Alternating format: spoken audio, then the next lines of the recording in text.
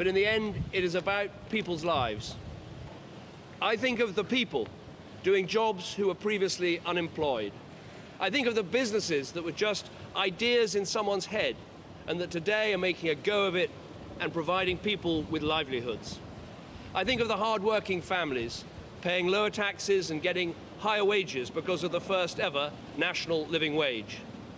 I think of the children who are languishing in the care system and who've now been adopted by loving families.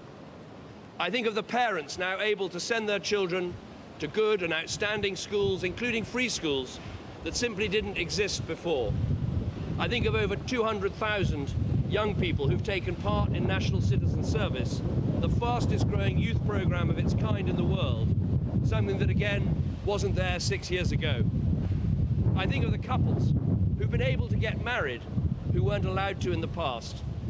And I think of the people on the other side of the world who wouldn't have had clean drinking water, the chance to go to school, or even be alive, were it not for our decision to keep our aid promises to the poorest people and the poorest countries in our world. And we've used our stronger economy to invest in our health service. When I walked in there were 18,000 people waiting over a year for their operation. Today, it's just 800. Too many, still too long, but our NHS is a national treasure and one whose staff perform miracles, as I've seen, every day. And we've strengthened our nation's defences with submarines, destroyers and frigates, and soon aircraft carriers rolling out of our shipyards to keep our country safe in a dangerous world. These are the choices and the changes that we've made. And I want to thank everyone who's given so much support to me personally over these years. The incredible team at Number 10, the civil servants whose professionalism and impartiality is one of our country's greatest strengths, and my political advisors, some of whom have been with me since the day I stood for my party's leadership 11 years ago.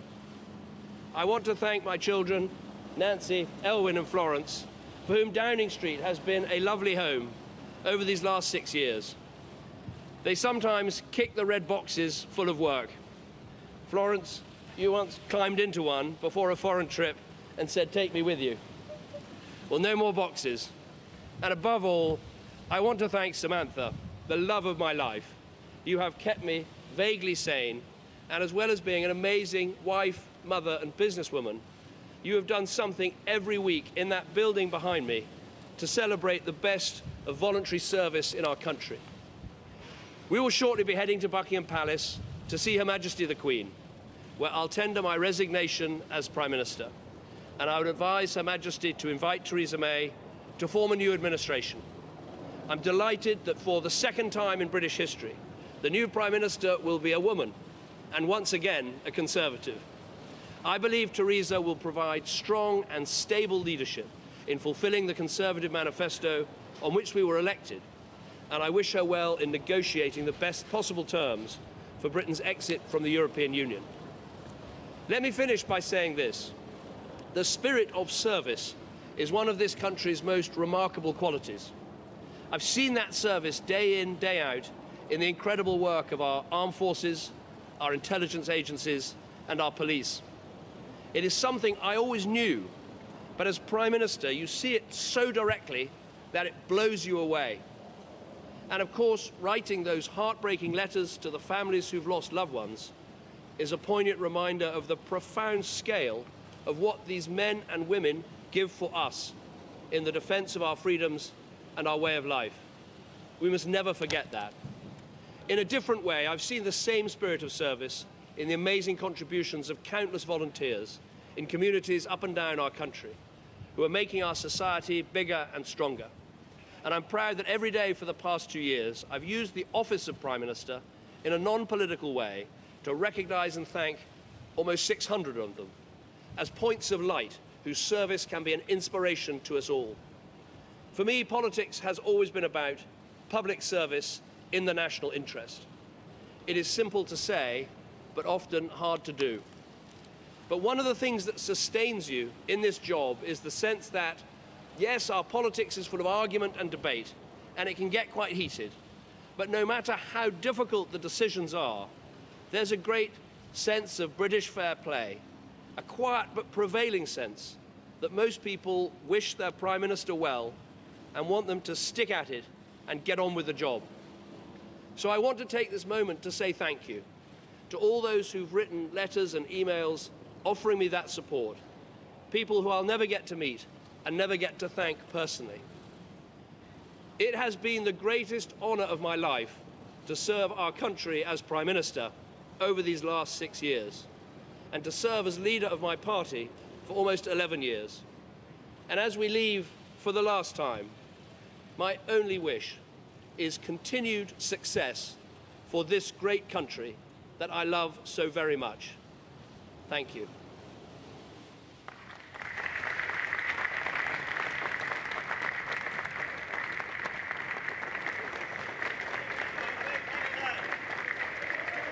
So the Cameron family, David and Samantha, and Florence, Elwyn and Nancy, standing on the doorstep of Downing Street before going to Buckingham Palace. In his speech, the Prime Minister taking great care to thank his family and to thank all those people who've written to support him, as well as to thank the volunteers and armed services of the country.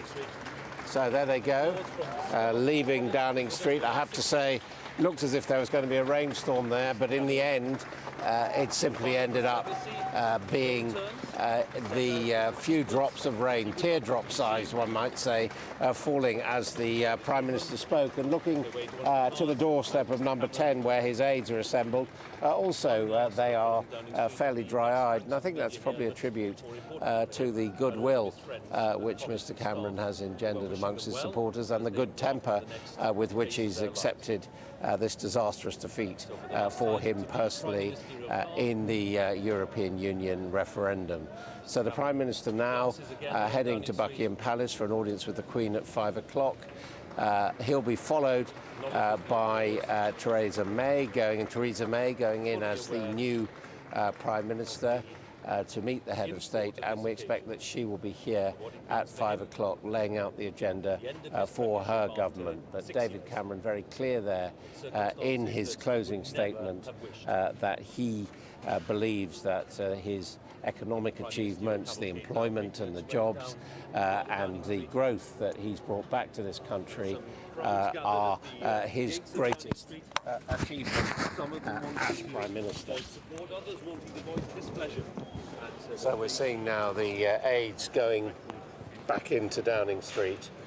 Many of them, of course, are losing their jobs with this Prime Minister, since many of the employees are personal to the Prime Minister, including his Director of Media, Craig Oliver, and others known to us.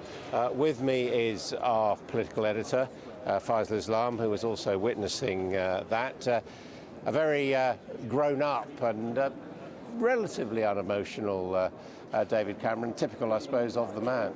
Yes, he left in the way that he carried on in office. It threatened a deluge there in the middle of that, but it just held off his luck showing there. But clearly, where he left his emotion for was his praise for his family, his wife, who he said had kept him sane, his little daughter who once tried to climb into the ministerial red box. He repeated what we know that he's proud of, which is the economic record on jobs created. He sort of, this peroration, wasn't there, about the businesses that were just imagination in someone's brain in 2010, which are now being created. The people without water, helped by the aid pledge that he enforced. And of course their gay marriage as well. But Kay Burley we can go back to now as our cameras follow David Cameron's last journey as Prime Minister to Buckingham Palace. Okay, Adam, thanks a lot. Yep, just going down the Mall now, as we can see. So the Prime Minister and his wife in one of the vehicles, the children in the others. Not sure whether the children get to meet Her Majesty or not. I'm sure they have in the past, but today, when matters of state are at hand, I'm not sure whether that will happen or not. But certainly Jane Secker is down at the palace for us. Jane, they're almost in your eye line, if not already. They'll go into the quadrangle, and then for the very last time, the Prime Minister will meet with Her Majesty.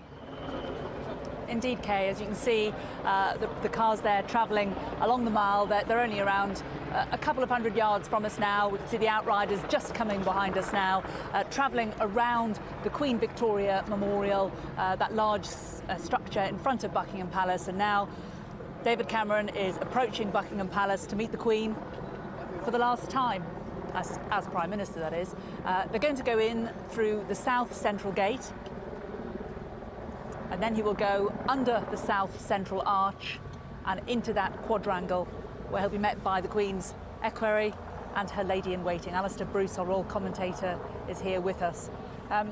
Alistair, mixed feelings from Mr Cameron today, but what do you think that will be going through the Queen's mind at this moment as she stands to receive him?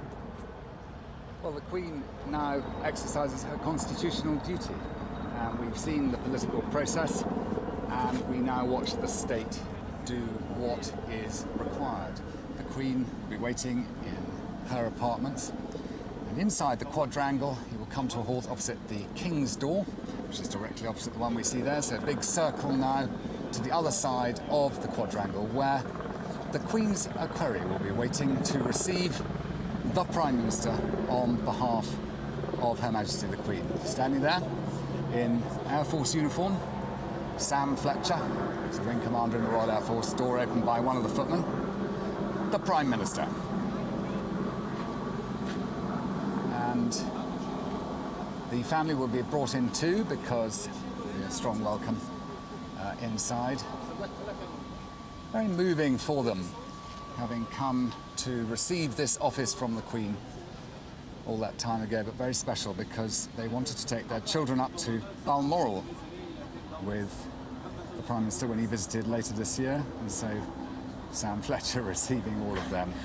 And Kay just asked a couple of moments ago whether or not the children would meet the Queen. I find it inconceivable that they would come all this way and that the Queen wouldn't meet them. No doubt about it at all. They will go upstairs now. What will happen first is they go in through that door, the lady-in-waiting and the Queen's private secretary will be waiting to escort the Prime Minister up to the next floor and along to the room where the Queen will receive him in audience.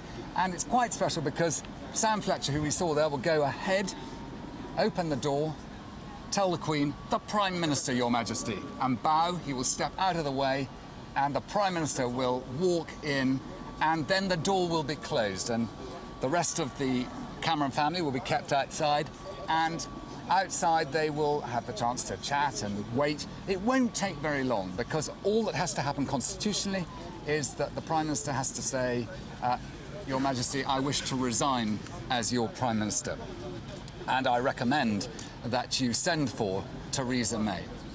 And the Queen will say, "I accept your resignation." And at that moment, he ceases to be Prime Minister.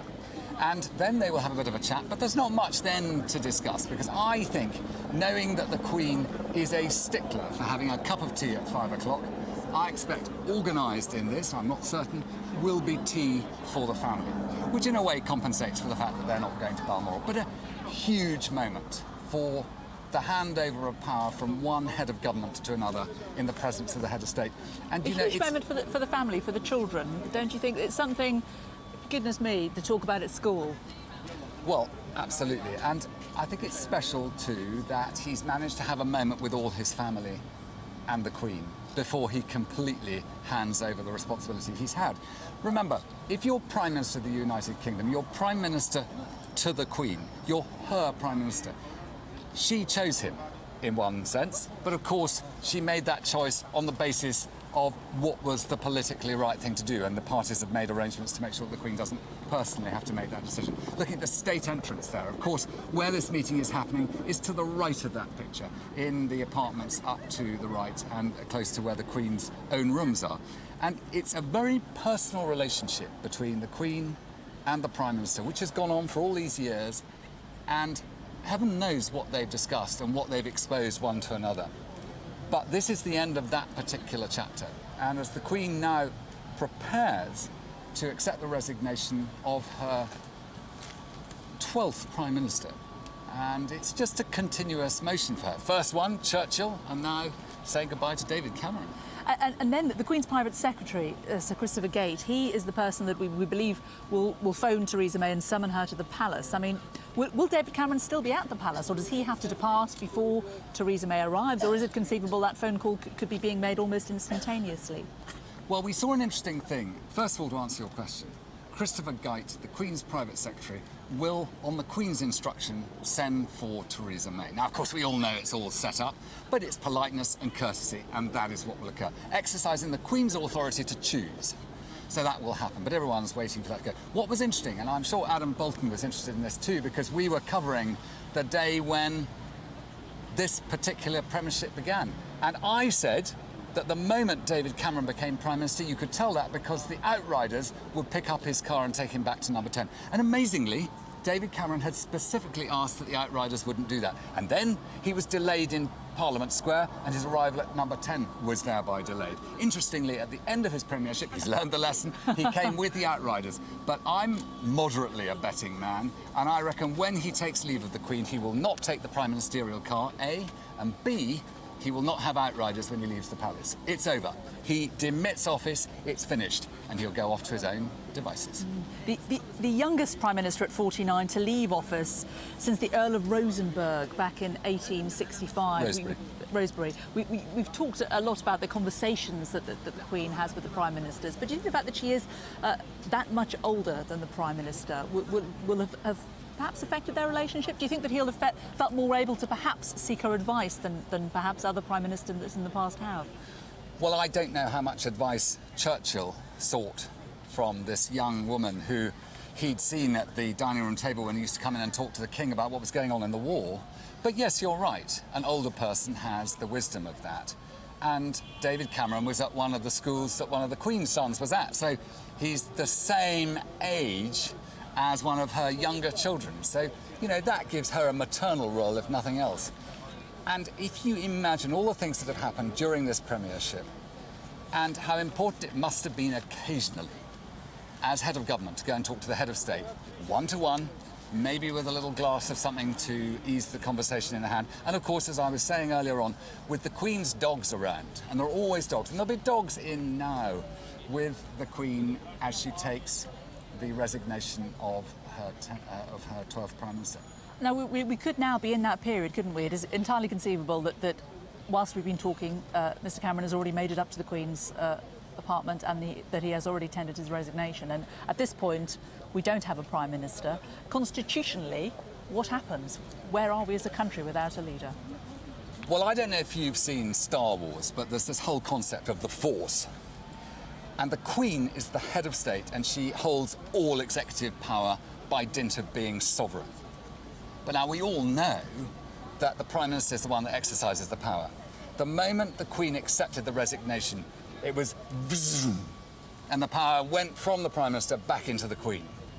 But she doesn't want to hold on to it for very long, and that's why the process is now in place, and we wait for the Queen's decision on who she wants to choose. Of course, we know what it's going to be. It's going to be Theresa May. And the moment that first audience is over, and the equerry gets the little... The Queen, when she's had the resignation, she's ready, she'll press a little, sort of like a doorbell, close to where she sits. And she'll press that, and then the equerry will come in with the other members of the family, and they'll all meet the Queen now. And I hope have a lovely photograph to keep. And then I still think tea's going to happen. But you know, you've said that. We've also heard that we think that Theresa May is going to make it back to Downing Street in time for 6 o'clock. But you also think that if we don't have a Prime Minister, that the Queen might be relatively keen to get the next step over quite quickly. Well, I don't think the Queen's in any particular rush, to be perfectly honest, because, you know, she's got plenty of time. The Queen does everything in her own steady pace. She's not a rushed person. I don't think Theresa May's in a frightful hurry to get up there. She knows it's going to happen, so she'll do it in her own time. Well, you're watching Sky News live from Buckingham Palace as David Cameron is inside there meeting Her Majesty the Queen. We're waiting for him to leave and for the new Prime Minister, Theresa May, to arrive. Stay with Sky News.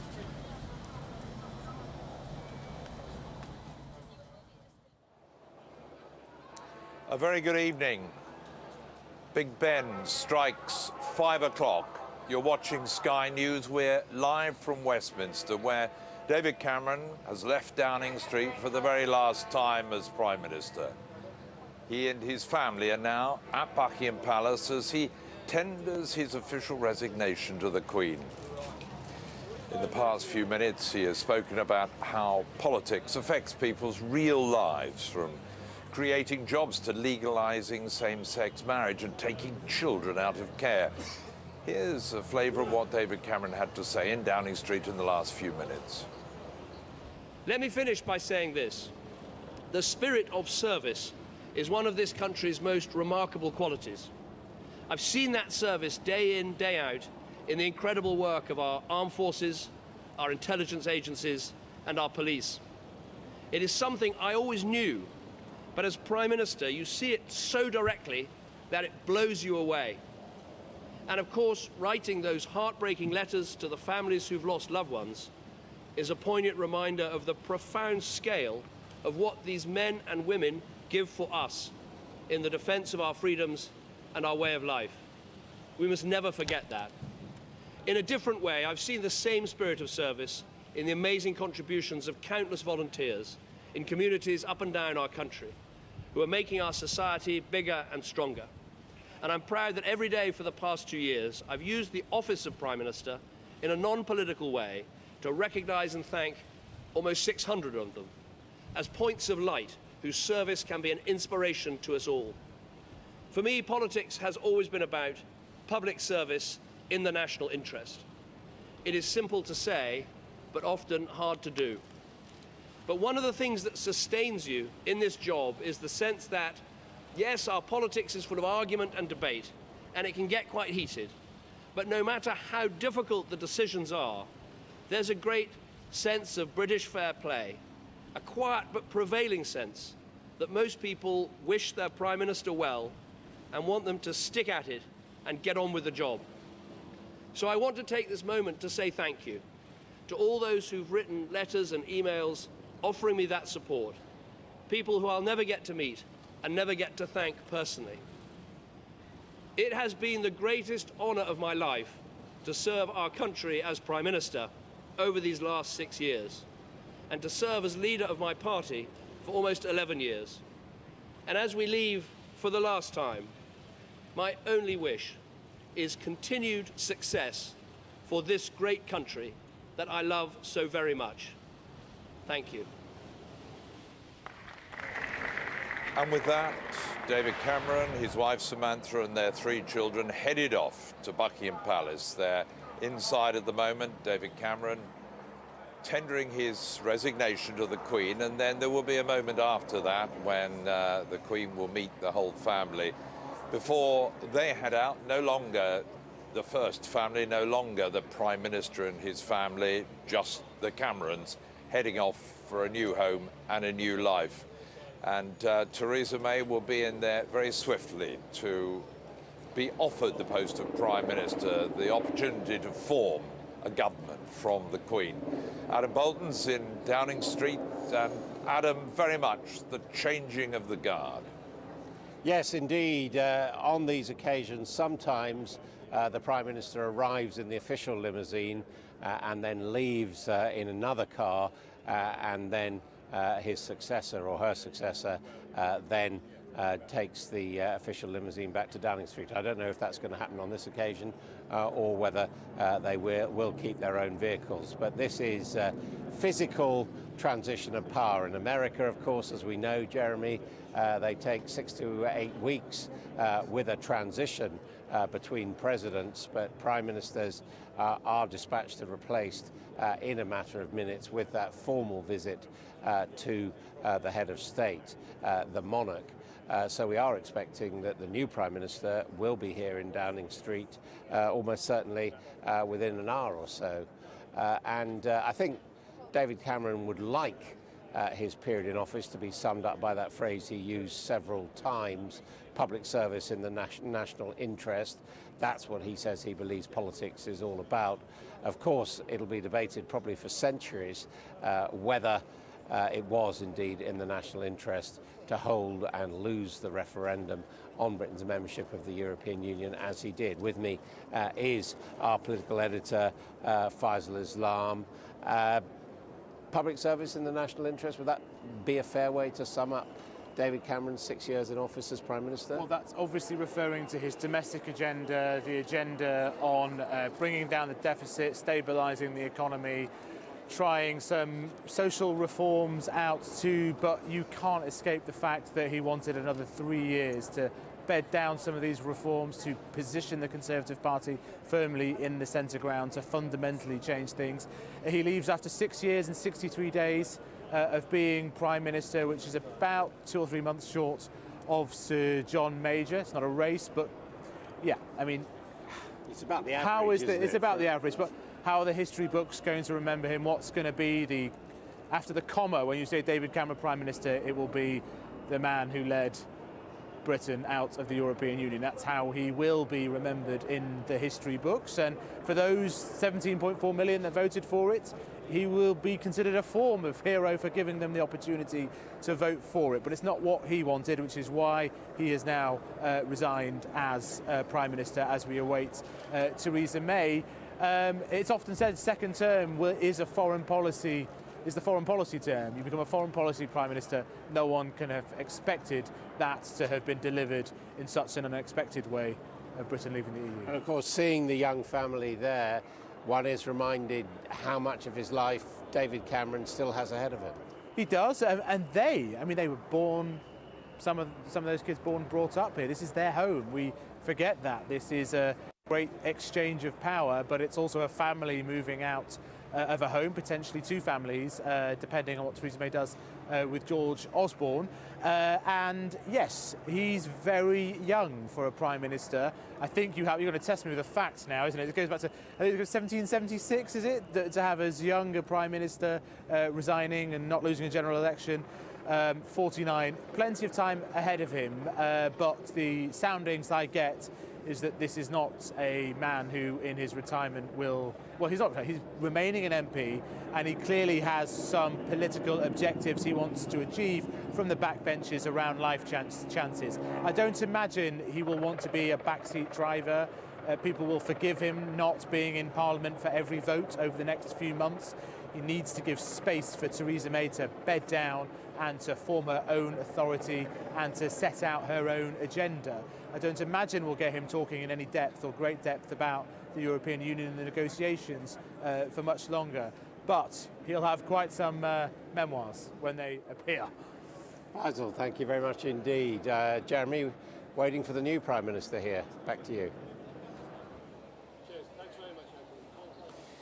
Thanks very much indeed, Faisal and Adam there in Downing Street, and we're still watching the inner courtyard of Buckingham Palace to wait to see the former Prime Minister, David Cameron, his family emerging, and soon to be replaced by Theresa May, who will make the journey from the Houses of Parliament to see the Queen, to be offered the post of Prime Minister. And Adam and Faisal talking about their respective ages. Interestingly, the past and future Prime Minister both have birthdays in October, but they are divided by a full decade. Theresa May will be 60 years old in October. David Cameron just 50 years old in October, and already a former Prime Minister.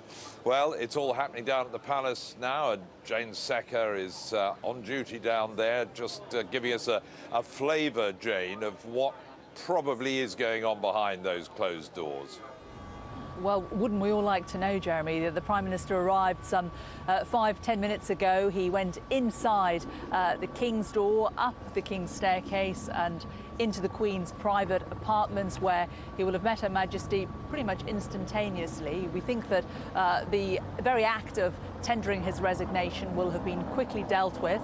It's just a matter of a simple, I tender my resignation, I accept it. But we don't know what's happening after that. We know that at 5 o'clock the Queen does like to take tea, so we think that because the family are all there as well, that there is an opportunity for the Queen to spend a bit of time with Samantha and the children. A lot of photos, I'd think, for their family album to be taken then. I've got Sky's Royal Events commentator Alistair Bruce alongside me here.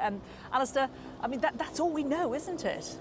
Well, quite rightly, this is a very private moment because although the role of Prime Minister is immensely public, this moment of handing back that authority to the Queen, who is the holder of all executive power, although she never holds it for very long, is rather precious. And I think for David Cameron, or for any Prime Minister from any party who's chosen, both receiving that huge burden of responsibility and handing it back is taken by the Queen as rather a continuation of the very private relationship they've always had. Now, the very fact that the Queen always has tea at 5 makes me think that she might want to extend that, if she can and if it's suitable, to involve. And I don't think she's in a huge hurry to send for the new Prime Minister, and it's her choice when she does that, although everyone's waiting in the wings and we're all fascinated at the process. But as you say, it would have been very quick. He'd have gone in, and so he is no longer Prime Minister. It is over. He is David Cameron, Member of Parliament. That's it. And when he comes out, I believe he will not have in any way any form of different treatment from the rest of us. He'll come out of there, no motorcycle outriders. I mean, we heard the whistles coming, didn't we? Saw the flashing lights. There must have been about 4 of them bringing the head of government to see the head of state. And, of course, they'll all wait there. The Prime Ministerial car also, as Adam Bolton was saying. And then in due course, when Theresa May, MP, Foreign Home Secretary, comes. Now, I think she should bring her seals of office because she was given the seals of office when she became Home Secretary and she needs to deliver them up when she finishes that job. So I expect they may be with her in the back of the car and they'll hand those over and she demits that office. And then she will quickly say, the Queen will say to her, I invite you to form a government. And the expectation is that she'll say yes. And the moment she says yes, she becomes Prime Minister. The Queen are obviously very private about her views, but I mean, will she, would she say something like, well done to Mr Cameron, do you think? Or do you think she would absolutely not proffer a view on his premiership? Well, I'm very nervous to proffer a view on what the Queen might proffer a view on. But I believe that the Queen has managed to get the best out of all her Prime Ministers, and I hope has been a good servant to the nation by listening to what they have to say. And she has the right to be informed and to warn and to be counselled, and I think she's always handled that in a very steady, maternal way. And as we were talking about before, she's the right age to be his mother, and I think that that relationship has therefore been pretty strong. I think she was a bit annoyed, perhaps, when he talked about what she might have said at the end of the referendum in Scotland. Because, in constitutional terms, it would be much, much better if he never spoke about anything that the Queen says. And as we're talking to you, Alistair, on the left-hand side of the screen, we can see their Houses of Parliament. Now, that is where we are expecting Theresa May to depart from. We didn't know exactly where it was going to be. We weren't sure whether potentially it was going to be the Home Office, but it's going to be the Houses of Parliament. So that's what our cameras are trained upon. And as soon as there's any movement there, of course, we will be following her car as it leaves the Houses of Parliament to bring her on a very short journey from Westminster up here to Buckingham Palace to meet the Queen. The Queen's second female Prime Minister. It was back in 1979 that she first received Mrs Thatcher here. Mrs Thatcher was younger than the Queen, just by 6 months. The Queen was just 6 months, I beg your pardon, Mrs Thatcher was 6 months older than the Queen. The Queen considerably older though than Theresa May. How different do you think their relationship may be? Well, relationships between two people work well or badly for them, but I can't believe that the Queen won't do everything. She's so good at making people feel that they can confide in her. And she's lived a life when most people she's met, even the truly self-confident, have sometimes utterly collapsed in front of her. And I think she's therefore seen human nature in one of its most spectacularly bizarre forms. And she knows how to deal with that. And I think that, after all, she's met Theresa May on many occasions because currently Theresa May is the Queen's Home Secretary. And so, there has been business to cover, and there are often events when the head of state is involved, as the Queen's involved in things that the government does, because after all, whilst they are her government, the Queen is the government's servant in one sense in our constitution. So, she knows her quite well. But this is going to become a very close relationship because, leadership of any form is very lonely. And when you're at the top of the tree as Prime Minister, you can make a lot of enemies, or you can have a lot of low moments when things are going really wrong. I mean, the Queen is there to be the one person she can confide in. And, you know, when, for instance, in the past Prime Minister's time, he's had the British Army in a position of huge danger or been making a terribly tough decision, he's been able to go and talk to the Queen about it.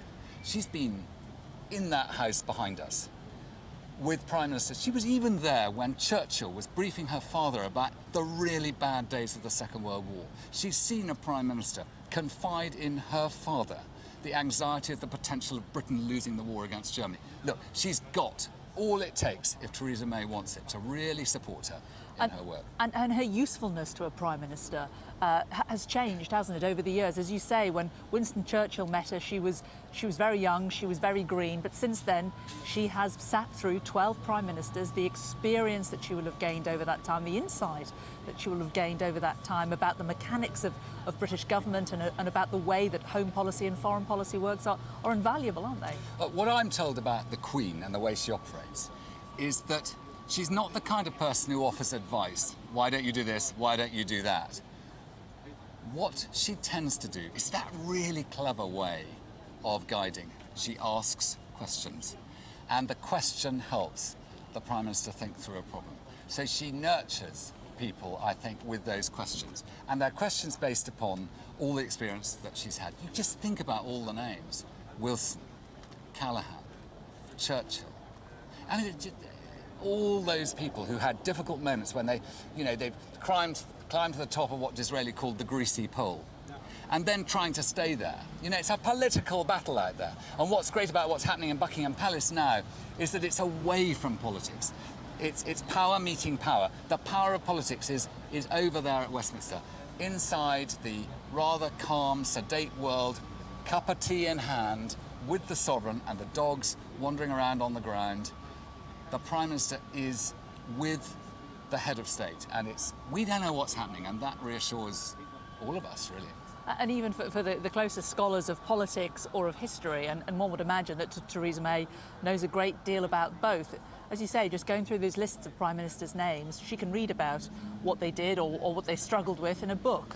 But now she's going to be able to come to the palace and ask the Queen. Well, as Faisal will tell you, if you go up the stairs at number 10 Downing Street, it's photograph after photograph after photograph of former Prime Ministers.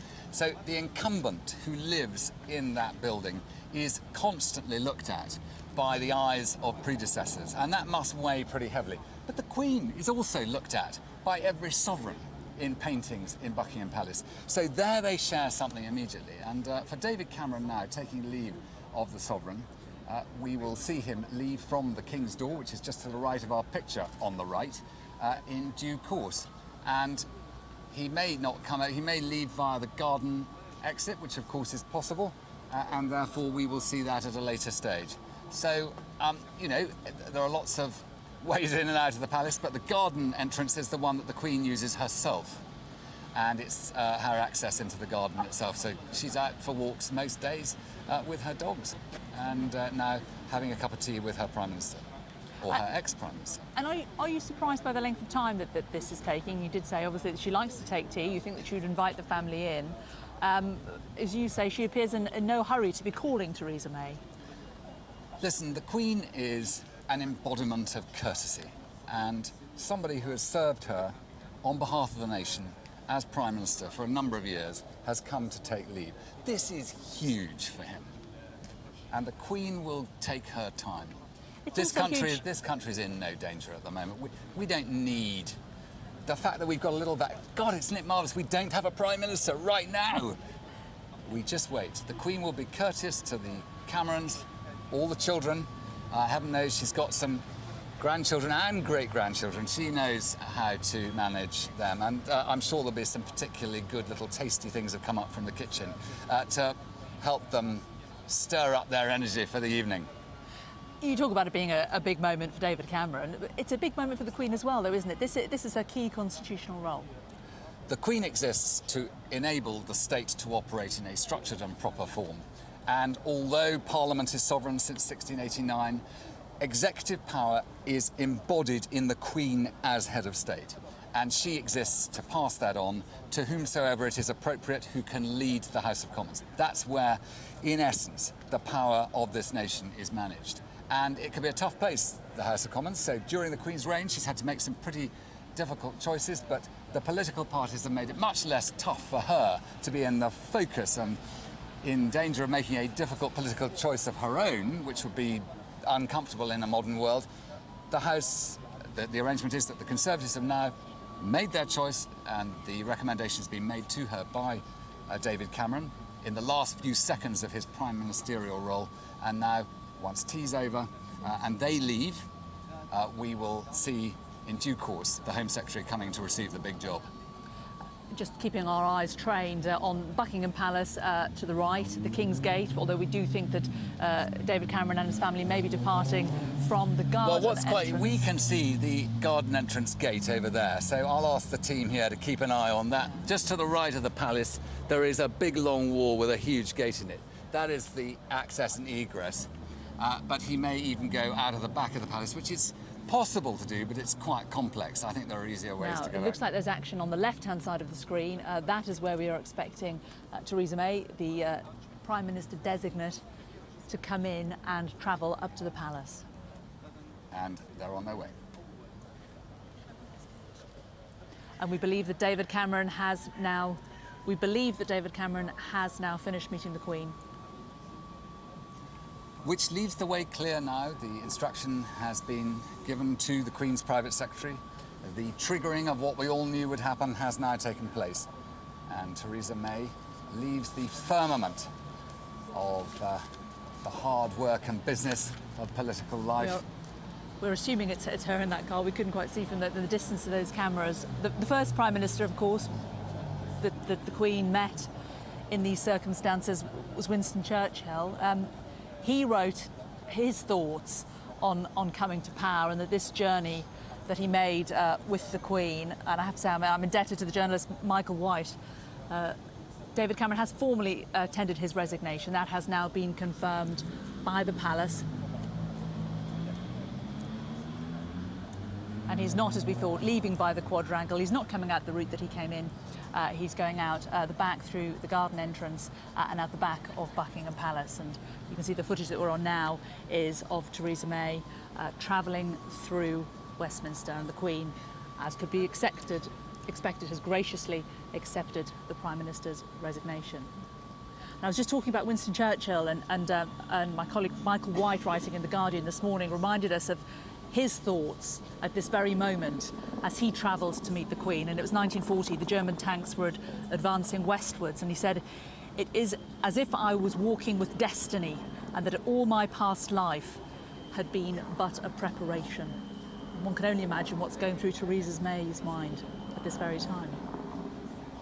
Of course, for Winston Churchill, we were in the middle of war, and he was going to see the King to receive the invitation to be Prime Minister. Very much the King's choice. The King had two people to choose on that occasion, Lord Halifax or Winston Churchill, and he chose Churchill, and what a wise decision that was.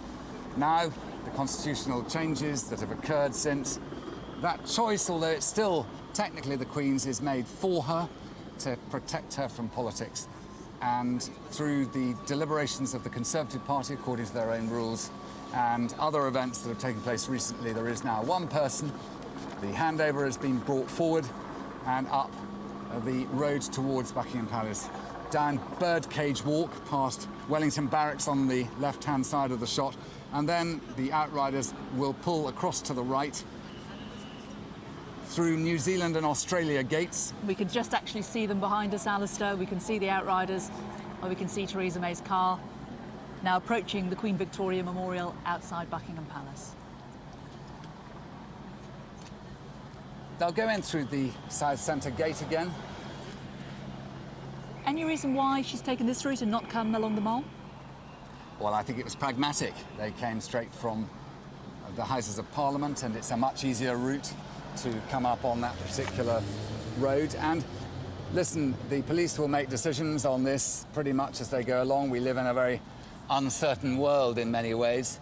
And so straight across to South Centre Gate, and then off to the right, the police outriders will pull to one side as she alone, with the police backup, go in through the South Arch into the quadrangle, past that well-known balcony that we see the Queen on so often, and into the quadrangle itself. The car will turn right round, and waiting for Theresa May will be Wing Commander Sam Fletcher, the Queen's equerry, and he does this on behalf of the Queen to extend her welcome to the home of the head of state. A hugely special moment for her. So the same welcome party that we just saw for David Cameron? Entirely. And the footman of the Queen ready to open the doors on both sides, so clearly she's coming with her husband.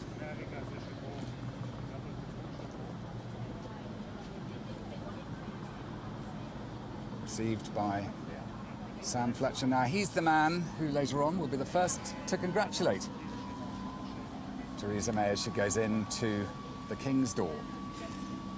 And it's not far, really. Inside, there's a set of steps dead ahead, and then to the right, and then up a sweep of stairs that go to the first floor, and then off towards whichever room the Queen has selected to hold this audience. I imagine that within the next 2 or 3 minutes, the question will have been posed, and it's a very simple one. Will you form a government? And the moment Theresa May says yes, she becomes the Prime Minister. But for the moment, up the stairs and along, and Sam will be chatting her all the way. I expect she's a little bit nervous. And there's a I expect she's a little bit nervous, that's sure. Huge amount of work for her to do, of course. We see this as a moment of celebration in one degree for her and her family. But she has a massive work to deal with, and that will all be waiting. But I always sense in these moments that the politics is waiting. It's slightly on hold. It's that punctuation point that the state, through the Crown, provides the evolution of all the changes that we face. For the moment, this is a very private moment. The Sovereign is waiting. The door will open. Wing Commander Sam Fletcher will walk in and say, "The Right Honourable Theresa May, Your Majesty." He'll then bow, step out of her way, and she will walk alone into the room. And Sam will close the door, and the Queen and Theresa May will be alone. And when she's ready, she'll say, "Will you form a government?" If one was the person asked. What an incredible moment in a life to face that question. And all you have to do is say yes. And that's it. You're the Queen's Prime Minister. And the work begins. So those images we just saw of Theresa May walking out of the car in the quadrangle there at Buckingham Palace with her husband Philip up through the King's door. That's the last time we will see Theresa May as simply an MP. The next time that we see her, when she emerges out of Buckingham Palace, she will be Theresa May, Prime Minister. What's also going to happen is that Theresa May will get to meet Sir Christopher Geidt, the Queen's private secretary, the man who, in a sense, assists the Queen in every degree of constitutional guidance. He's responsible for wither the British monarchy. And he's also the link between the head of state and the head of government. And so he will be key to the relationship that works between Queen and Prime Minister. And the weekly audiences, which will begin from now on, when Theresa May comes regularly to see the Queen, to discuss anything she likes, will also pivot on Sir Christopher Geidt. And Sir Christopher's probably waiting outside the door where this very private moment is taking place and getting to know Theresa's husband, Philip. And, you know, that's also very important because his life is going to change. And in a sense, he's sort of thrust all the great state banquets that are going to happen here. You know, he's going to be involved in all of that. The state side to having another half who's big in politics, and that will be what he will be preparing for. And it will be a chance for all of them to get to know, because he'll then be brought in. Once the big question's been asked and she said yes, the Queen will press the little doorbell that she has sat beside her on her table. So she's pressed it once for Cameron, she presses it again for May. Absolutely, and then the door will open again and Sam Fletcher will bring in the new Prime Minister's husband. And if he gets a chance, it's Sam who'll say, "Congratulations, Prime Minister." Yeah, so that he is the first person to congratulate. I'm sure that congratulations from her husband as well. Absolutely. I mean, huge change in his life. But what the Queen will be interested in, I dare say, will be, what are you going to do about Brexit? What are you going to do about this? What is your plan? She has a right to know that. And are those questions you think she would ask Theresa May today, now, or are those questions that she would be saving for their first official meeting next week? Well, I've no idea, but as head of state, she has an absolute right to ask. Of course, what she's told, she won't tell anybody else. I mean, exactly. There was some speculation in the papers, wasn't there, that she was very against the idea of Brexit. We know that the famous incident of David Cameron referring to her purring was over the Scottish referendum result, keeping the UK, keeping the Union clearly very, very important to the Queen. But as you say, her politics are unknown. They are her politics and it is private. And it's an extraordinary thing that she has sat with all these prime ministers for all of these years and that we still know so very little about what she actually thinks. Well, I think she learnt it from her father. And he recognised that the role that was important, and remember he came to the throne in 1936 when there had been a total constitutional crisis with his brother leaving in abdication. And she learnt from her father that the role you play as sovereign is to listen, to counsel, to warn, and not to, in any way, use a responsibility that's come to you by dint of birth for any personal advantage. And I think the Queen tries to reflect that, and I think, you know, has always shown this constitutional adroitness. I mean, her father made perhaps one great mistake, and that is that he took Neville Chamberlain onto the balcony of Buckingham Palace when the famous meeting between him and Hitler had taken.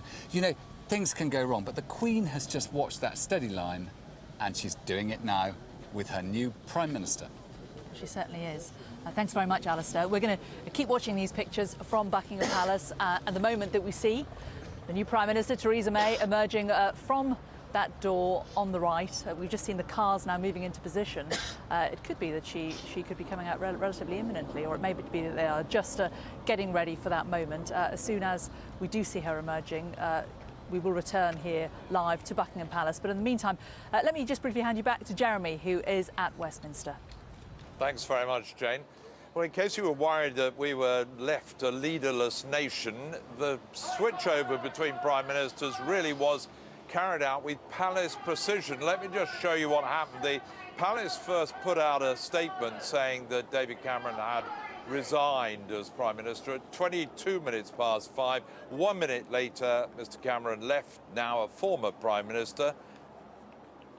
And just a matter of 26 seconds later, Theresa May, her husband Philip, and her entourage arrived in the same courtyard through the same gate to be offered the job of Prime Minister. So it appears not very long between the going and the coming of the new. Well, I'm joined now here in Westminster by Mark Wallace, who's from Conservative Home, and Steve Richards, a political commentator with The Independent. Very good to see you both. We've got a little competition tonight. The Bullhorn team are out to try and get in the way. Mark Wallace, the changing of the guard, and how much of a watershed moment for the Conservatives? Well, it's a remarkable reminder, firstly, of what an election-winning, muscly political machine the Conservative Party still is. People talk about chaos, but actually this process has been remarkably quick. As David Cameron mentioned at Prime Minister's questions, the Labour Party is only just starting to get a kind of what seems to be a doomed coup off the ground, and we've already had one Prime Minister out, another Prime Minister in. Theresa May's also made clear that she's going to build on his legacy, but she's going to be a radically different kind of Prime Minister. A radically different Prime Minister and a different government, Steve Richards, do you think? It's bound to be different. I don't think she will sort of make revolutionary changes, so it's totally unrecognisable. That wouldn't be her style, but she will want to bring in certain people. That will mean she'll have to sack certain people. So even at the very top, there will be changes, I suspect. And she's made clear she's going to somehow or other create a Brexit department. So yeah, it will feel different, and the challenge is very different. I think it will be dominated by this issue of Brexit, and she will be navigating this thorny route with a very small majority, and Conservative MPs wanting, I suspect, different things from Brexit. So today is a day of excitement for her, and indeed, I guess everyone, I mean, when these things happen, but it's going to get really tough. Do you agree there, Mark Morris, that this is she'll be judged entirely on Brexit. She won't really have much of a chance to lay out an agenda for people to absorb and judge her by. It's all about Brexit. Brexit is certainly going to be the dominant issue, at least for the next few years. And of course, we don't know how long Theresa May is fated to be Prime Minister for, perhaps well beyond this first term. That remains to be seen. But it is part of the fate of Prime Ministers that sometimes the factors that create you are also the things that then dictate what you're going to have to do, whether you like it or not. David Cameron came into power on the back of the financial crisis and the fiscal crisis overseen by Gordon Brown. He wanted to do plenty of other things, but he ended up having to be the Prime Minister whose job was trying to sort out the books, whether he liked it or not. Theresa May will have to grab this bull by the horns, particularly because she supported Remain in the referendum. But there's every sign that there's quite exciting opportunities as well as various political risks involved in leaving the EU. Steve, she's got to balance the book. She's got to balance the Brexiteers against the Remainers. She's got to try and find a way of unifying the party while taking on this enormous burden of finding a Brexit way forward. Yeah, apart from that, it'd be a bundle of laughs. Yes. I think you made a really interesting point there about how the roots of Prime Minister's rise can also end up tormenting them. Fall of Thatcher created John Major. Thatcher then haunted him and made his life hell, really, in his premiership. She has been made Prime Minister because of Brexit. It's going to be very, very tough. In terms of other things, I think she will go out of her way early on to try and emphasise this will not just be about Brexit. And I'm sure that will be part of the message she'll deliver outside Number 10. But Brexit is so complex, so poorly defined so far, that I think it will be almost overwhelmed by that issue alone. And one of the great problems is it appeared because nobody really thought Brexit was a huge possibility, there are virtually no preparations in place. So she's starting from scratch, isn't she? Well, this is one of the really remarkable things we've learned in the last couple of weeks. It was understandable during the referendum campaign that the government campaigning for Remain was not going to say that it had a plan B or a fallback plan as a political tactic. I don't think anybody expected that they really had failed to prepare at all. Department after department now saying that they haven't really made plan Bs to this. That is a complex situation. It also means, of course, that she doesn't have a predetermined format of her agenda that she has to follow that's been dictated by the previous administration. So there's some flexibility there, but exactly as Steve said, she's already gone on record and said, I will not just be about Brexit, I want this to be about social reform and other things. She may well have a battle on her hands to make that true. But the big battle is going to be just holding our own party together, isn't it? Or trying to unify it again after all the damage that must have been done through this referendum campaign. I don't think it's about all the damage that's been done. I mean, they've come together with this Brexit verdict quite quickly, which doesn't surprise me, actually. I mean, most of them are Eurosceptic, even those who wanted to stay in. But I think she will have problems when the details are bashed out with the rest of Europe. I mean, she's got to negotiate this with the European Union and satisfy a parliamentary party which will want different things. I mean, there are some ardent Remainers still in that Conservative parliamentary party. Not many, but given the small majority, enough to make her life difficult. And there are some certain hardline Eurosceptics, the ones who nominated Andrea Leadsom last week, over 50 of them. So it's going to be really, really tough now, I think, binding the parliamentary party together. But they've come together, I think, very quickly in the aftermath of that referendum. An awful lot is probably going to depend on the cabinet she puts together and the names that start emerging probably in the next few hours. How key a message is that going to be about who she is, how she plans to govern, and what are her priorities? How she crafts and builds her cabinet is absolutely essential, particularly in terms of that question of party management and making sure that all of the colleagues are kept satisfied. Building a cabinet or doing a reshuffle is a bit like doing a seating plan for a wedding reception. You've got all these different branches of the family, you've got to keep all of them happy. Anyone who's left out gets in a great big huff, and some of them, to make matters worse, ought really not to be sat next to each other. So it's even more complex than that in many ways, and she's got each of these tribes. Sounds like the sisterhood's going to play a big part, though, isn't it? Well, we're certainly hearing that she's going to increase the percentage of women in the cabinet, and I fully expect that we'll see, should we say, a higher percentage of women in the most senior jobs of state. Steve, what about some of the big characters that have been bouncing around during the referendum? The Boris Johnsons, the Michael Goves, even Andrea Leadsom, and others. and above all, probably the Chancellor, George Osborne. How does she fit them in? Does she include them all in her big tent, or does she keep some outside? What's her best bet? She'll have to include some of them. I mean, I think this cabinet will be viewed almost solely in terms of the balance between the Remainers and the Outers. In other words, if she makes, say, Philip Hammond Chancellor, he was a Remainer, she was a Remainer, albeit a low-profile Remainer. Therefore, she must think, that means I've got to appoint some Brexiteers in quite prominent positions. So it will be viewed through that prism. Hang on a sec, we're just hearing that we have the official announcement that Theresa May is now the new Prime Minister of Great Britain. Let's head across the palace and Jane Secker. Jeremy, thanks very much. Yeah, we are waiting. We've got our royal correspondent Rhiannon Mills here. She's furiously looking at two phones at once to get that confirmation. It's the Press Association, which often the royal family make announcements on first. But that's it. We have a new Prime Minister. The Queen has done her duty. Yeah, you're right. That is where we normally hear these official announcements from the royal family. The Press Association will get it first, and then we can, of course, report on it. So much of today's events happening behind closed doors, and us waiting for any idea of what might be happening and the timings of it. As you were saying earlier, all of this happens very quickly indeed. It is simply the fact of Theresa May arriving, meeting with the Queen saying, can you form an administration? Theresa May saying yes. We know now that she has said yes, and she is now inside Buckingham Palace as the Queen's 13th Prime Minister.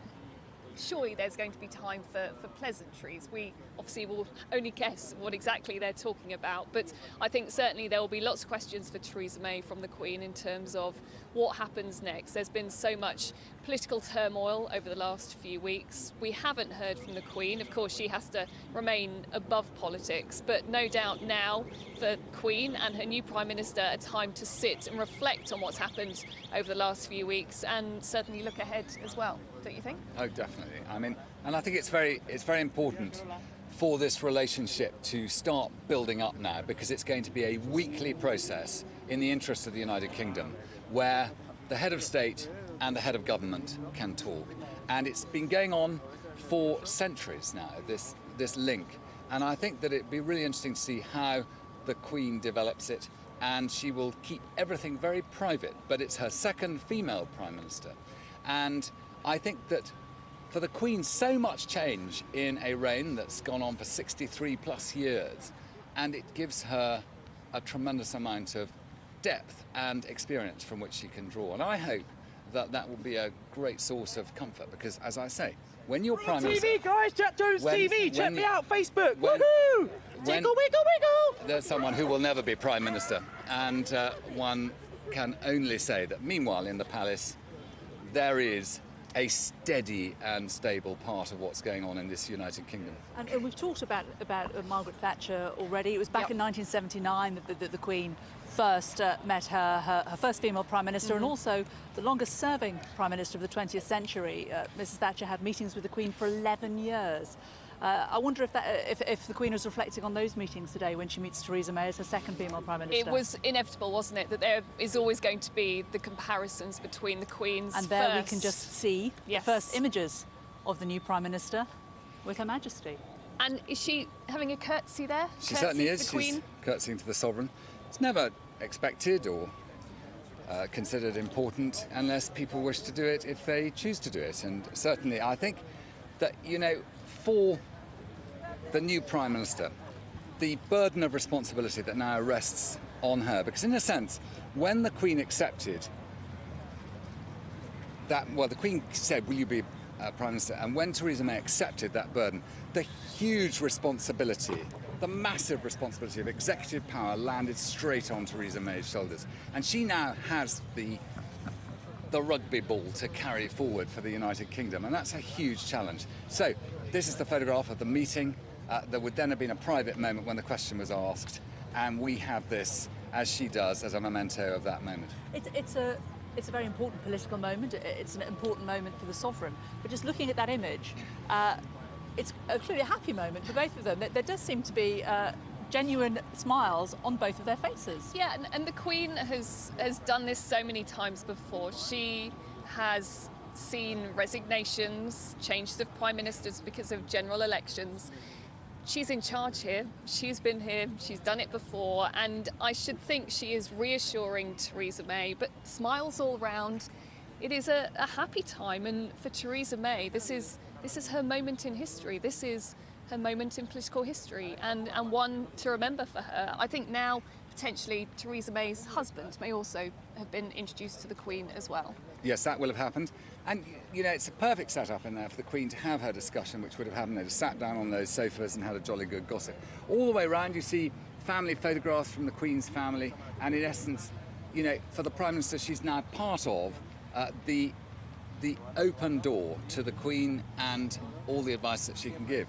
And all the experience that the Queen's had, she'll happily offer. And it's going to be a lonely job, but it's a nice place to go to once a week, quietly to be with the Queen, away from all the wild dramas that are going to face the new Prime Minister down the road in Westminster. We weren't talking about how it can be lonely at the top, but those weekly audiences that the Prime Minister has with the Queen, certainly past Prime Ministers have talked about how those moments are so precious and so important, because for them they can go and in this very private place talk about matters of state, talk about their feelings in a way that maybe they can't even talk to their spouse about, that they can't even talk to their family about. But the Queen in some way can share those experiences with them. And now Theresa May has many of those meetings ahead of her. Alistair, that there are the weekly meetings that we know about. Is there any other contact between the Prime Minister and the Queen? I mean, if the Prime Minister has a problem, would they? There can be contact at any time. Just pick up the phone? Of course. The Queen's principal duty is to be available as a servant to support her Prime Minister and the government of this nation. So, absolute open door. This is the critical business of state government. And it's done in the Queen's name by the Queen's Prime Minister, who is now Theresa May, carrying on a tradition. Now, later in the year, Theresa May is invited to go up and stay with the Queen and Prince Philip at Balmoral. She'll stay there for a couple of days. It's a very important part of the Queen's kingdom, and she really enjoys to have her Prime Minister there for a few days. And is this an invitation that is extended to every Prime Minister every summer? Absolutely. In fact, the Camerons were rather looking forward to taking up that invitation, and the changes that took place in the Conservative Party's selection of a new leader meant that that was ended, and so basically that invitation is now to Theresa May and her family, the new Prime Minister and her family. I noticed you poring intently over this photograph, clearly trying to work out which room it is inside the palace. I mean, would this be the room that the Queen would always meet the Prime Minister in? This is the room that she generally meets anybody of this sort of role. You know, all her ministers and all her senior military, all the people who represent the top end of British life, but it's particularly where she likes to receive Prime Ministers. You know, it's quite interesting. She's done the most beautiful curtsy. And a lot of people ask me, why do people do that now in a post-deferential age? And I always say, well, when I was in the army, soldiers who were far greater and more impressive than me would salute me because I held the Queen's commission. And so what she is doing is curtsying to the sovereign who holds the authority of this nation of which we all are a part. So it's a sort of deference to the state, and it therefore seems appropriate at this time. What she is not doing, though, is kissing the Queen's hand, although, Rhiannon, as you pointed out earlier, that is what will be written in the Royal Court Circular. Yeah, so that's the next moment that the final traditional flourish, if you like, that we're waiting for is within the Court Circular. There will be the formal announcement announcing that Theresa May has become Prime Minister. And within that, lots of people will point to the fact that it will talk about how Theresa May, on being appointed as Prime Minister, kissed the hand. That won't happen. What will probably happen is a much more modern handshake, and we can see the cars there getting ready. Whether or not police outriders will now accompany Theresa May. She came with them already. Yeah. She came with them because she's as Home Secretary. Yeah. Normally people become Prime Minister literally from having just won an election and not holding any office. So that's what happened with David Cameron when he came to be invited to be Prime Minister. But the footmen are in place, which is a good sign that the inside knows that very shortly the Prime Minister will be coming to get on with the job. The punctuation point in the political life of the state has become a royal moment where the Queen, as head of state, has passed executive power from David Cameron and now given it to Theresa May. She is now Prime Minister by dint of being appointed First Lord of the Treasury, going right back to the days when kings used to put the real power of their decision-making into the person they most trusted, the person they put in charge of the money. First Lord of the Treasury had power over money. That's how the position of Prime Minister became so important, through Horace Walpole. His interpretation of that process is well worth reading. But, it is a great moment. Robert Walpole being the first Prime Minister, we believe, and right through until now. And I gather, as you know, Jane, there's been a bit of congratulation. Yeah, the White House has released a statement congratulating Theresa May as new Prime Minister of the United Kingdom. They are the first, they're the quickest off the mark, aren't they, Rhiannon? We know what Theresa May is going to do now. She's going to emerge from that door, looking at your pictures on the right-hand side of your screen, the King's door. She will emerge from there as Prime Minister. She's going to then return to Downing Street, where she will inevitably pose for the assembled media outside number 10. There'll be a smile, there'll be a wave. Then she'll go inside. She will be met by all the members of staff. They traditionally line the hall, line the stairs, and clap as she arrives. And then she's going to be getting her briefings about what she has to do for the next weeks and months ahead. But Rhiannon, what will the Queen now do? She obviously wasn't planning to be doing this afternoon, was she? No, well, I was talking to the palace yesterday, certainly in terms of the timings of when we were expecting David Cameron to arrive at the palace. It seemed quite late, 5 o'clock in the afternoon. According to the palace, she didn't have any other sort of engagements or meetings to attend during the afternoon, so it seemed that the timings were very much from number 10's side rather than her. Of course, she was in Cambridge earlier on today, opening up the East Anglian Air Ambulance new office where Prince William works. So she's still keeping up with the day job, as well as being heavily involved in the departure of one Prime Minister and then the appointment of another. She is due to be in London tomorrow as well for more engagements. This afternoon into this evening, I suspect Alistair probably knows more than me. Dinner this evening, and maybe time to reflect on her 13th Prime Minister. Well, I'm sure Prince Philip will have a word or two about what's been going on. Their husbands share the same name, don't they? I wonder if there was a moment. Well, I'll leave that to them. I think that, the Queen's got a pretty strong routine going on. She's just been away in Scotland doing her regular visit there to Holyrood Palace, and so she's probably speaking with department heads and certainly her private secretary, dealing with the red boxes. And of course, I just see in the side there the equerry appeared. The relationship between the Queen and the Prime Minister is often carried out also through the red boxes, this constant stream of communication between the Sovereign and the Prime Minister. Now that's interesting. They've just stood the team down, which I would imagine means that the audience is going to take a little bit longer. So they've been in there now half an hour? It was 22 minutes past when Theresa May came through the doors of number 10 when she was still just the Home Secretary.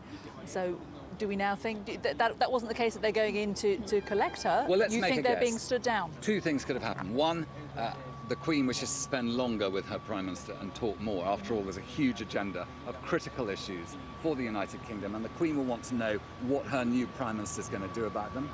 Equally, I was telling you before that the strong relationship that exists between the Crown and the Prime Minister pivots around the Queen's private secretary, Sir Christopher Gite. So maybe the new Prime Minister is getting to know Sir Christopher Gite. Those are the two options. I think those are... Yeah, he really is the conduit, isn't he, between the Queen and the government. And so for Theresa May, it's not just about getting to know the Queen, it's about getting to know the team around her, how that's all going to work over the coming days, weeks and months. And that in itself must be something to get your head around, as well as all of the rest of parliamentary business. And the Queen needs to learn through what Theresa May tells her now as her new Prime Minister, how she can help. For instance, if there are clear foreign policy directions that the government of Theresa May wishes to follow, for instance, like there's a head of state of another country that we want to make very welcome here, then the Queen would send on the Prime Minister's request an invitation to come on a state visit. So the Queen exists in partnership with her Prime Minister to support the Prime Minister in the delivery of good government. And that's all very important. And we've already said that we've heard from the White House that they have congratulated Theresa May on her appointment. Now, the President of the EU Commission, Jean-Claude Juncker, has also sent his congratulations to Theresa May as the UK's new Prime Minister. We've talked about the weekly meetings that the Prime Minister and the Queen have. We say weekly, but it's not every week, is it? The Queen is up in Balmoral for parts of the summer. Is it just when Parliament is sitting that she meets weekly? A very good point. I mean, there are times when there is a stand down in all our lives and we go on holiday, and Parliament used to have a very, very long summer recess, but that's been reduced hugely now so that they come back and meet in order to protect the interests of the United Kingdom. But the Queen tries to always be in London traditionally while Parliament is sitting. That's roughly how she tries to manage her life. And it's a bit easier for her now because as she gets older in years, she doesn't want to go on state visits for the United Kingdom around the world in the way that she used to. But I remember she was on a state visit to or on a visit to Australia and New Zealand, I think it was, when suddenly there was a general election called here and she cancelled and came straight back here. And this is my point earlier on this week, when it suddenly became clear that the Conservative contest was at an end and there was clearly one person who was going to be made the leader of the Conservative Party, which rendered that individual, Theresa May, the person to be recommended to the Queen's Prime Minister. That was what, on Monday, was it? Yes, on Monday we were all looking to find out where the Queen was, to see how quickly it may all happen.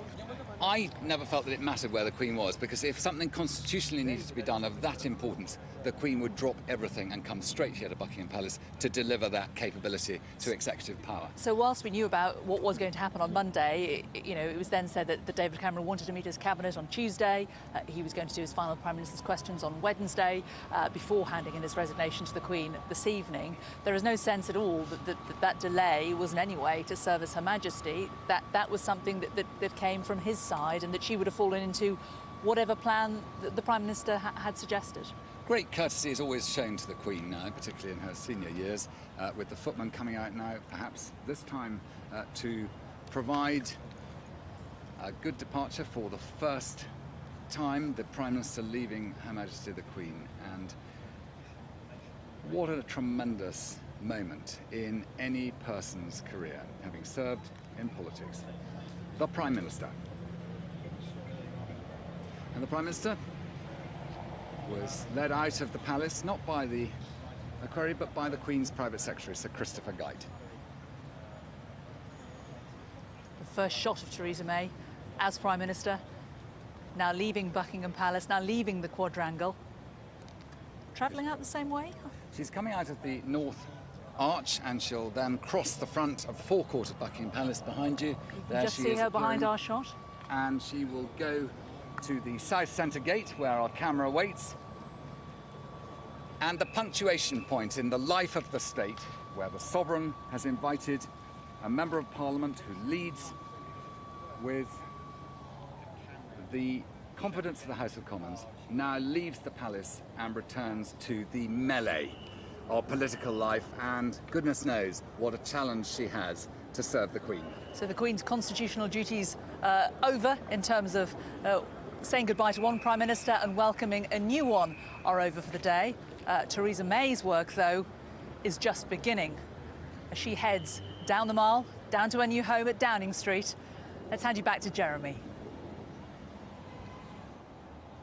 Britain's second woman Prime Minister, having been asked to do the job by the longest reigning female monarch in British history. A changing of the guard, a moment of political history, constitutional history, as Theresa May, 59-year-old Member of Parliament for Maidenhead, Home Secretary for the last 6 years, now takes on the ultimate political post at a time of almost of what some would call near crisis for Britain after the Brexit vote. She now has to steer Britain through the troubled weeks, months and years ahead as Britain comes to learn how to stand on its own feet again outside the European Union. And her first job tonight will be to start putting in place and naming the cabinet that will help her do that. No doubt a mix of Remainers and Leavers, but people now, as she said, Brexit means Brexit, who are going to have to work on the basis that they take Britain out of the European Union. As the clock strikes 6 o'clock, we just saw our first pictures of the new Prime Minister. She heads back to work and heads into Downing Street, where she'll make her first address as Prime Minister through Admiralty Arch there.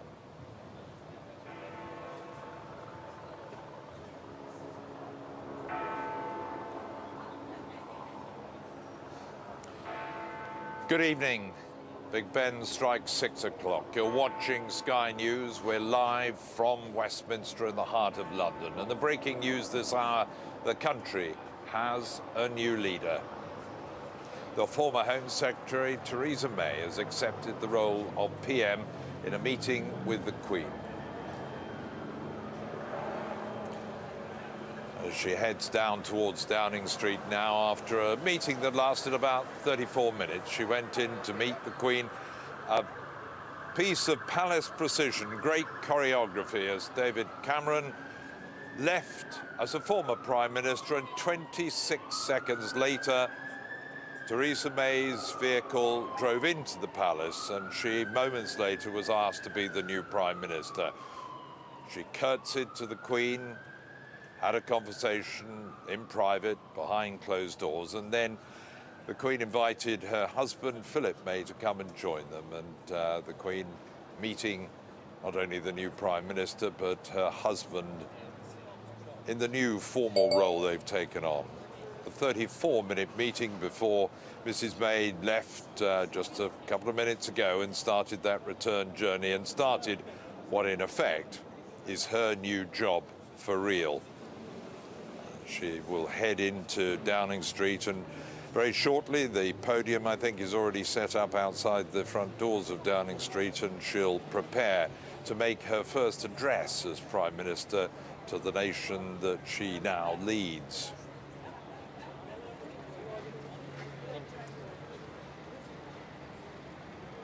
Theresa May in a black and yellow outfit there, walking with her husband Philip beside her up Downing Street, no doubt absorbing the atmosphere and considering the words that she's now about to say.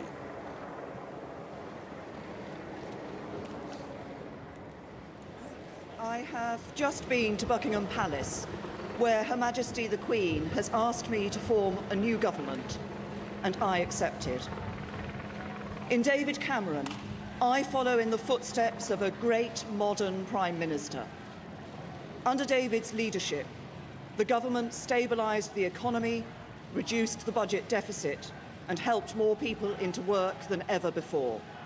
But David's true legacy is not about the economy, but about social justice. From the introduction of same-sex marriage to taking people on low wages out of income tax altogether, David Cameron has led a one-nation government, and it is in that spirit that I also plan to lead. Because not everybody knows this, but the full title of my party is the Conservative and Unionist Party, and that word unionist is very important to me. It means we believe in the Union, the precious, precious bond between England, Scotland, Wales and Northern Ireland. But it means something else that is just as important. It means we believe in a union not just between the nations of the United Kingdom, but between all of our citizens, every one of us, whoever we are and wherever we're from.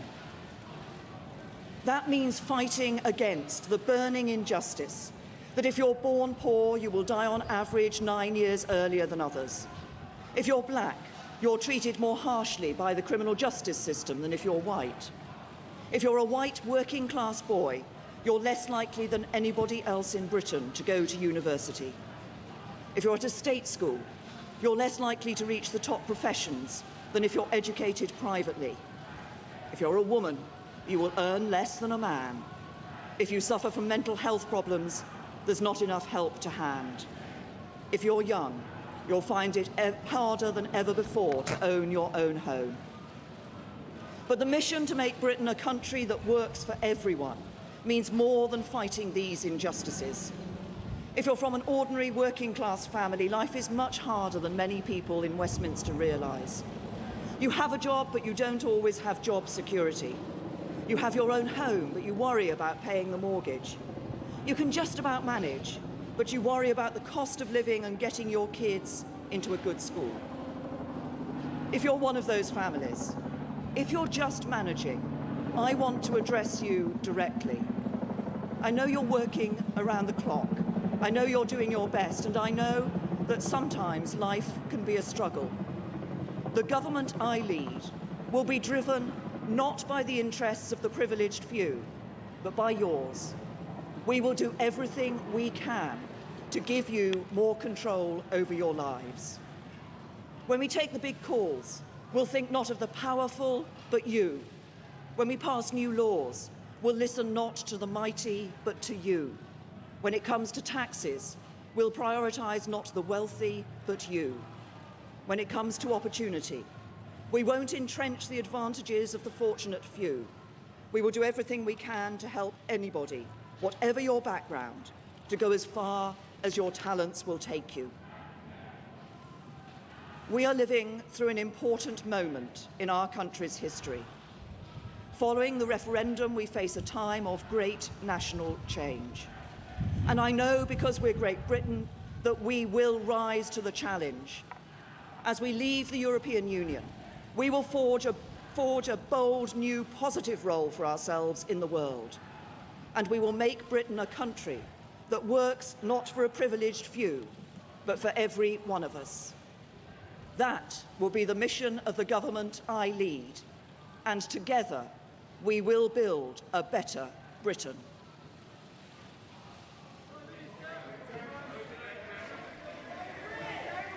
So Theresa May puts social justice at the heart of her premiership. She says, together we will build a better Britain, and insists that this government will be not for the rich, but for people who are struggling, people who are working around the clock. Now, that is pretty close to the agenda that David Cameron was hoping to follow had he had a sunset period to his premiership rather than being pushed out.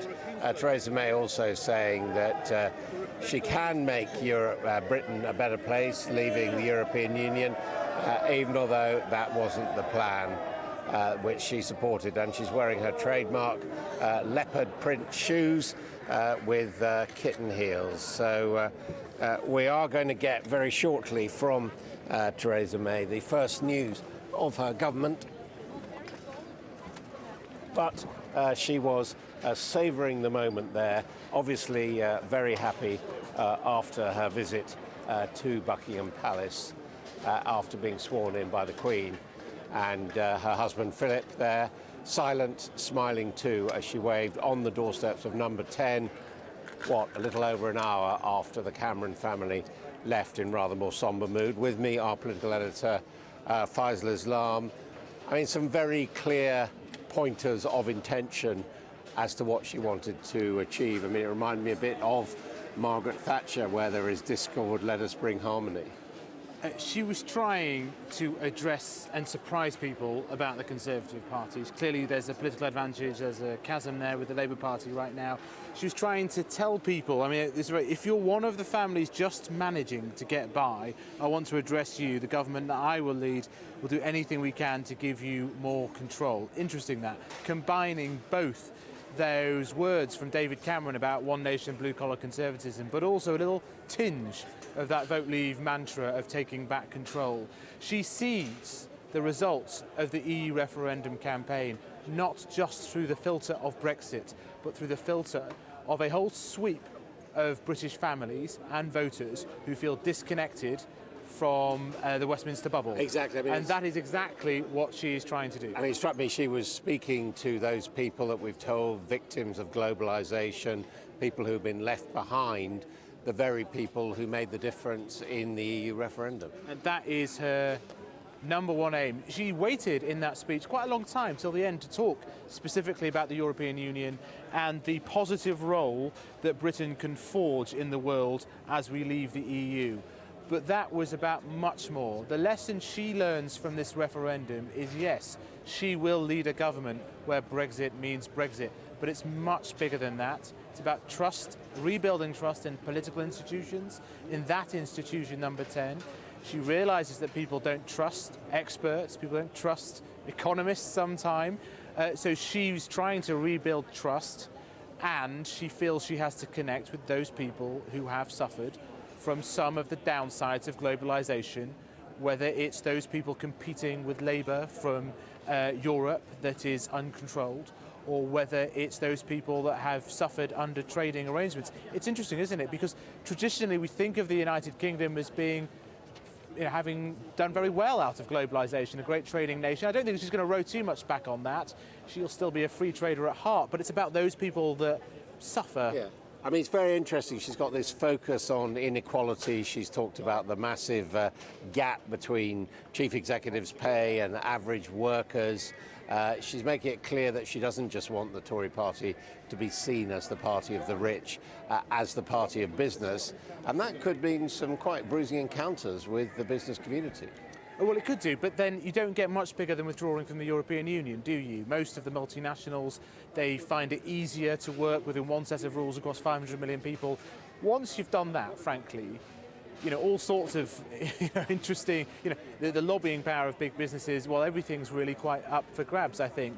But, you heard the beginnings of an agenda. What's quite interesting is we know her, obviously, for criminal justice, immigration, 6 years as Home Secretary. She now has to show in economic policy, industrial policy is a big thing that she wants to pursue her advisors to. The idea of the government, not traditionally a Conservative idea, but the government having a role in shaping the economy. That is really, really important. We should just talk about what's happening right now. Yeah, right now, Jeremy Haywood, the Cabinet Secretary. She'll be clapped in, first of all, by the staff lining the corridor. Yes, and then we'll have a handshake, and Jeremy Haywood, the head of the Civil Service, will address her as Prime Minister.